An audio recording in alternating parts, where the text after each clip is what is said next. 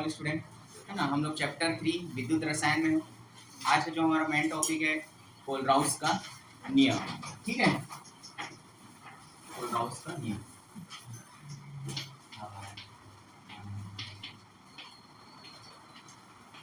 Kohlrausch का नियम, ठीक है। तो वो इंग्लिश में भी इसको कोलराउस ही बोला जाता है, तो इसको इंग्लिश में नहीं लिख रहा हूँ ना। तो ये क्या होता है, किसी विद्युत अपघटक के, है ना, किसी विद्युत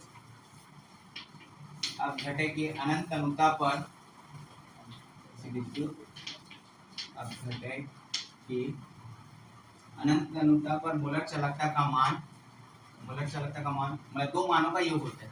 किसी विद्युत अपघटक के अनंत अनुता पर मोलर चालकता जो है दो मानों का योग होता है। क्या होता है? चालकता दो मानों का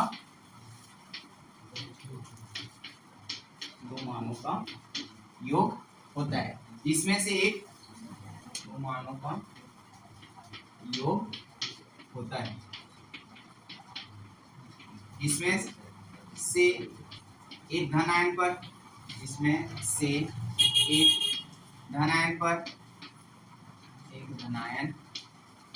तथा दूसरा ऋण आयन पर निर्भर करता है। इसे हम क्या बोलते हैं? कोलराउस का,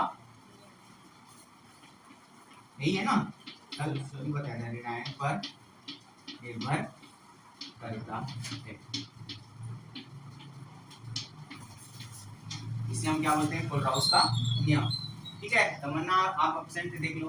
किसी विद्युत अपघटक के अनंत अनुता पर मोलर चालकता दो मानों का योग होता है, ठीक है। जिसमें से एक धनायन पर और दूसरा, इसे हम क्या बोलते हैं? कोलराउस का नियम। इसको हम लिखते हैं तो हमको पता है कि अनंत अनुता पर मोलर चालकता किससे प्रदर्शित करते हैं? लैम्डा से। और मोलर चालकता है इसलिए m लिखते हैं। फिर अनंत अनुता पर है इसलिए यहाँ पे इनफाइनाइट का साइन लगाते हैं। ये दो मानों पर निर्भर करता है। ये इसको हम क्या बोलते हैं? कल बताया म्यू, है ना। और क्या होते हैं? इसको लैम्डा से लेते हैं। लैम्डा यहाँ पे क्या रहेगा? प्लस इनफाइनाइट, और ये क्या होगा? Mu minus lambda minus infinite. ये दो मानों का योग होता है। यहाँ पे आपको बताना है कि ये सब चीज क्या क्या है। ये तो क्या है आपको पता है, लैम्डा एम इनफाइनाइट क्या है? अनंत अनुता पर मोलर चालकता। और ये जो है म्यू प्लस और म्यू माइनस, ये क्या है? विद्युत अपघटक के जो अवयव हैं उनका सूत्र इकाई। इनका क्या है? सूत्र इकाई। मतलब कहने का मतलब ये है, जैसे हमारे पास एक कंपाउंड है, इसका NaCl। जब इसका हम विद्युत अपघटन करेंगे तो ये अलग अलग आयनों में क्या हो जाता है? विभक्त हो जाता है। तो इन आयनों की संख्या को ये क्या करते हैं? प्रदर्शित करते हैं। तो इसमें कौन से आयन होते हैं? और इसमें प्लस आयन, और इसमें, तो इन दोनों का मान क्या आ जाएगा? क्रमशः 1, और मतलब प्लस म्यू का मान कितना आ जाएगा? 1, और माइनस का कितना आ जाएगा? वो भी 1, बट किसमें आएगा? माइनस में, ठीक है। यही हमने पढ़ा था। विद्युत अपघटक के प्रति फॉर्मूला इकाई होता है। ये क्या होता है? विद्युत अपघटक के, ये सब लिखना पड़ेगा ना।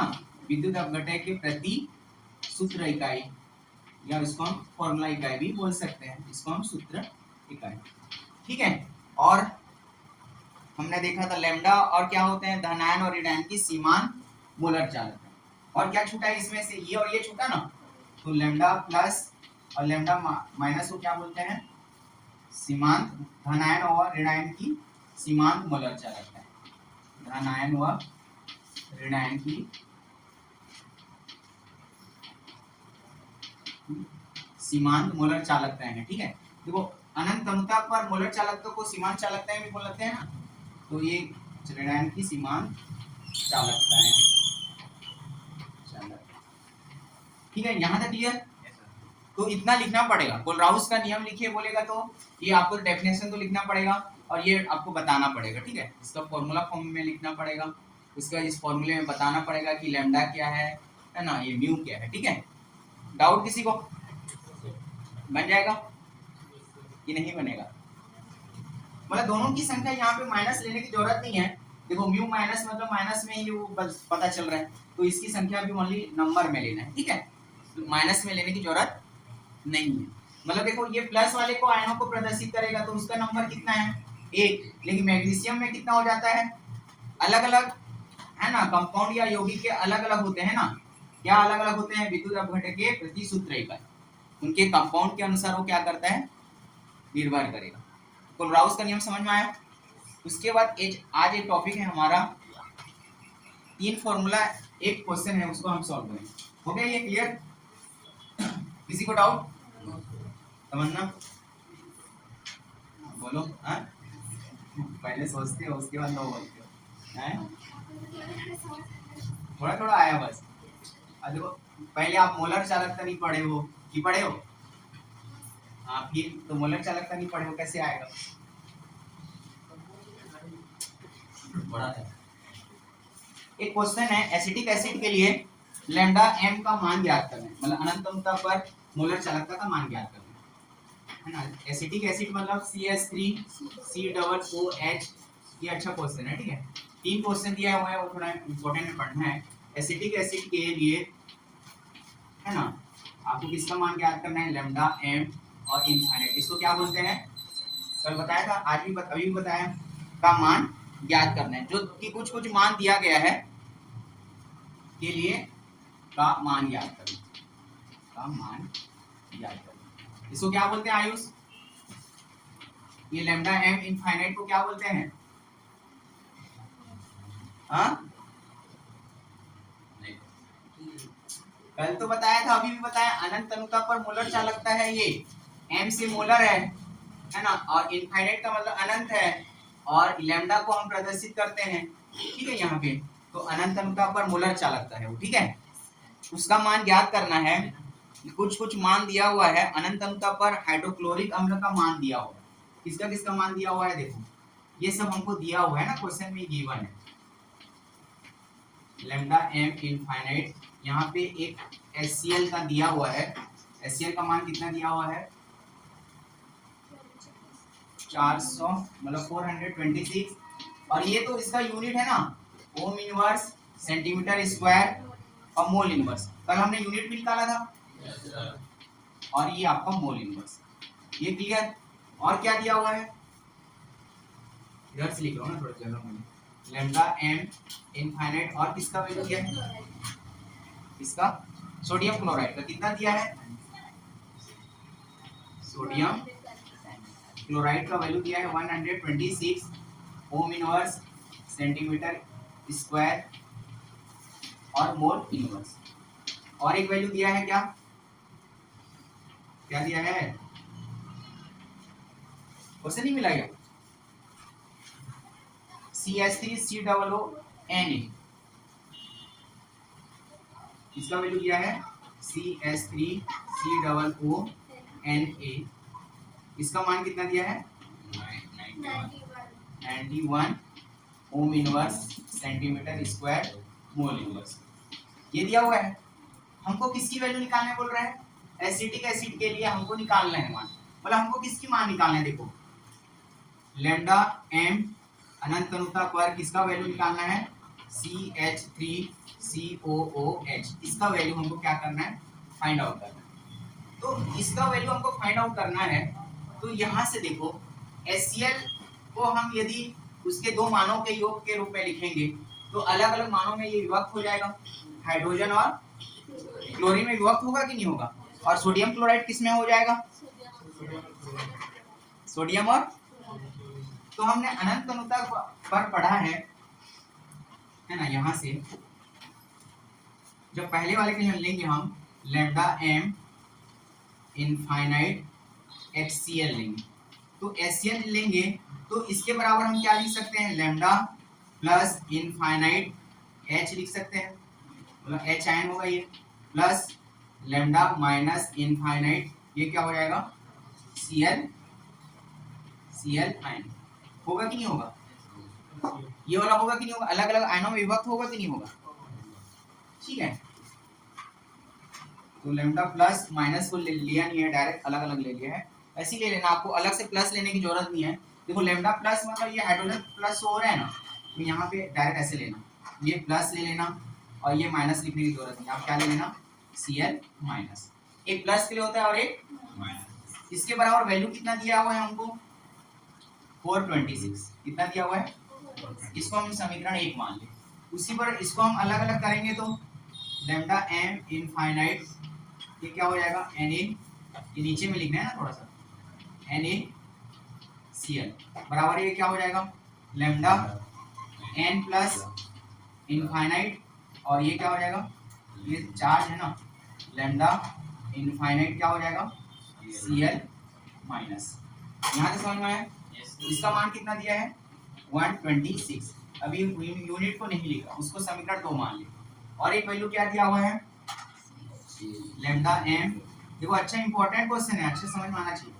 CH3COONA, तो इसको हम अलग अलग करेंगे तो ये क्या हो जाएगा लेमडा, ये वाला प्लस होता है ये वाला माइनस होता है, तो पहले सोडियम को लिख लो, आगे पीछे लिख सकते हो है ना। ये इनफाइनाइट प्लस क्या हो जाएगा lambda CH3COO minus lambda infinite. इसकी वैल्यू कितना दिया है 91, इसको हम क्या मान लिए समीकरण 3। अब देखो हमको किसका मान निकालना है, इसका मान निकालना है, मतलब लेमडा इनफाइनाइट H प्लस और किसका निकालना है लेमडा इनफाइनाइट CH3COO, इसकी वैल्यू हमको निकालना है। तो इस इक्वेशन से निकल सकता है क्या, देखो कि नहीं निकलेगा। देखो हमारे पास हाइड्रोजन यहाँ पे है जो हमको ये निकालना है H प्लस आयन, हाँ कि ना, और CH3COO कौन सा आयन है, ये वाला है, समझ में आ रहा है। यहाँ से यहाँ तक हमको चाहिए, मतलब यहाँ से ही वैल्यू हमको निकालना है ना, तभी तो ये दिया हुआ है, नहीं तो किससे दिया होगा, इसी से हमको ये वैल्यू आपको फाइंड आउट करनी है। तो इसके लिए आप देखो समीकरण 1 और 2 को आप क्या कर दे रहे हो, जोड़ दे रहे हैं। समीकरण 1 और 2 को क्या कर दे रहे हैं, जोड़ेंगे तो क्या मिलेगा, हमने Cl वाइज लिया है कि ना, HCl लिया है, NaCl लिया है ना।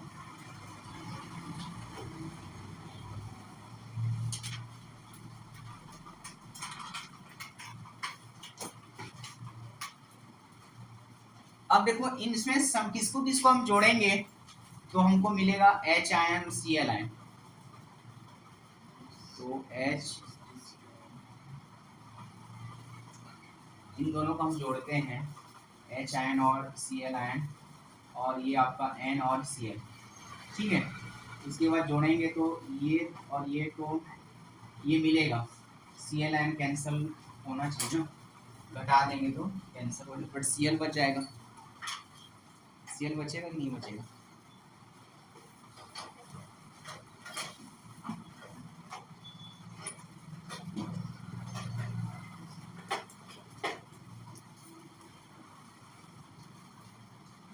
ये हमको निकाल। 1 और 3 को जोड़ दो, 1 और 3 को जोड़ेंगे, ठीक है, और उसको उसमें 2 को माइनस कर दें।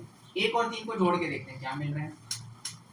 समीकरण 1 प्लस 3, तो 1 प्लस 3 करेंगे तो 1 क्या है हमारे पास, ये और ये है ना, तो लेफ्ट को लेफ्ट साइड से जोड़ा जाता है, तो lambda H plus infinite plus क्या हो जाएगा लेमडा इनफाइनाइट Cl माइनस, उसको जोड़ेंगे तो ये क्या मिलेगा plus lambda infinite Na plus क्या मिलेगा लेमडा इनफाइनाइट CH3COO, ये माइनस साइड मिलेगा, ये समझ में आया।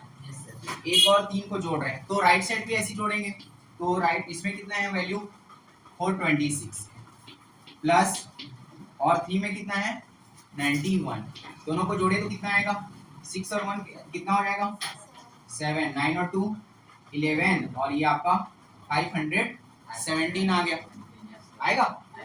उसके बाद इसको समीकरण 4 दे देना, इसको क्या दे देंगे समीकरण 4। अब देखो हमको बस क्या क्या चाहिए, ये आयन और ये आयन बस चाहिए, इन दोनों को हटाना पड़ेगा, तो इन दोनों को हटाने के लिए समीकरण 2 माइनस कर देंगे, हटेगा कि नहीं हटेगा, तो यहाँ से लिखेंगे अब समीकरण 4 में, है ना, समीकरण 2 को माइनस करने पर या घटाने पर, ठीक है। तो देखो समीकरण 4 क्या है, ये पूरा टर्म है ना, एच आयन इनफाइनाइट, ये क्या हो जाएगा लैम्डा Cl, फिर आपका लैम्डा सोडियम आयन है, फिर इनफाइनाइट, फिर लैम्डा CH3COO माइनस, ठीक है। अब हमको इसको घटाना है, किसको, समीकरण 2 को। घटाने पर मतलब साइन चेंज और माइनस लेते हैं ना, तो ये क्या हो जाएगा लैम्डा n प्लस इनफाइनाइट, ये भी प्लस है तो माइनस हो जाएगा, लैम्डा Cl माइनस इनफाइनाइट। अब राइट साइड वाले को करेंगे, 4 में कितना वैल्यू आया है 517, 2 के राइट में कितना है 216। अब देखो ये प्लस वाला और ये माइनस वाला कट जाएगा, ये भी माइनस, 2 को माइनस करना है ना, हाँ 1 to 6। अब इसको और इसको कटेगा और Cl वाला और ये प्लस वाला कटेगा। देखो हमको लेफ्ट वाला तो मिल गया, हमको क्या चाहिए, इसकी वैल्यू निकालना है ना, ये तो आ गया, और उधर से माइनस करोगे उसकी वैल्यू आ जाएगा, तो ये इनफाइनाइट प्लस क्या हो जाएगा लैम्डा CH3COO माइनस, और इसमें माइनस करोगे कितना आएगा वैल्यू, 7 में 6 गया 1, और 11 में 9 गया, सॉरी 2 गया 9 ना, और 4 में 1 गया 3, तो 391 आपका किसका वैल्यू आ जाएगा। और इसकी यूनिट क्या होती है, ohm inverse centimetre square mole inverse, ठीक है। कल हमने यूनिट निकाला सीखा था ना, समझ में आया ये कि नहीं आया, ये अच्छा इंपॉर्टेंट क्वेश्चन। और 2 एग्जांपल दिया हुआ है, उसको आप घर से बना के लाएं, इसमें कुछ डाउट, बहुत इजी है ना, अच्छा मार्क्स का भी पूछा जाएगा, ठीक है। तो आज की क्लास के लिए इतना, कल हम फिर नेक्स्ट क्लास में देखेंगे, ठीक है।